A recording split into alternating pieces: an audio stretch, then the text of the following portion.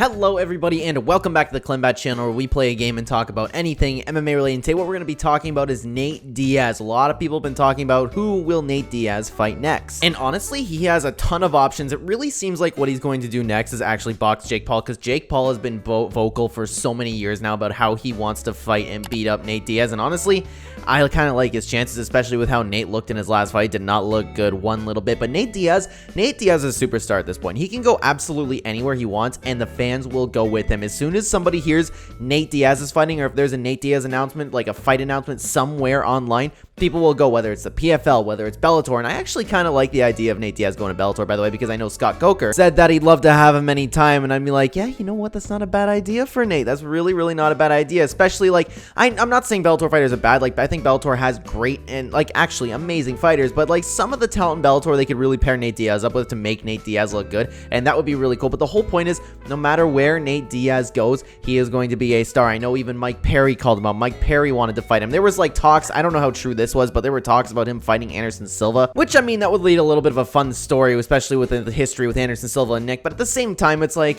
I have conflicted feelings, because Anderson Silva is really old and I don't want to see him fight anymore. But at the end of the day, Nate Diaz is also getting up there in age, and then you could make it like a Legends type fight. But Nate Diaz doesn't necessarily fit that legend status for me, if that makes sense. He's just a superstar. So one thing I do hope, going back to what we were talking about, one thing I do hope is that Nate Diaz does not go to bare knuckle boxing, because he gets cut up enough as is in MMA. Could you imagine that guy going to bare knuckle boxing and fighting Mike Perry? Mike Perry, who's an absolute brawler, will stand and trade with him. I guess it is boxing, right? But you get the point. He's going to get cut up. He's going to get messed up, and that is going to like be life-changing damage for him, especially with the amount of punches that Nate Diaz has been taking at the latter half of his career. So the two things that I think are most likely, and this is what I wanted to talk about in the video, the two things that I think are most likely is actually the Jake Paul fight, because Nate Diaz, it seemed like he was pretty clear when he was leaving the UFC, where he's like, hey, I'm leaving the door open for the UFC. I want to go do something. I want to show people how to take over a different sport, and that was just his way of saying, I want to go box Jake Paul. I think everybody read that, and now Jake Paul's going to go handle his business, and then he's going to fight Nate Diaz, and Nate Diaz actually left the door open to come back to the UFC. So what I think Nate Diaz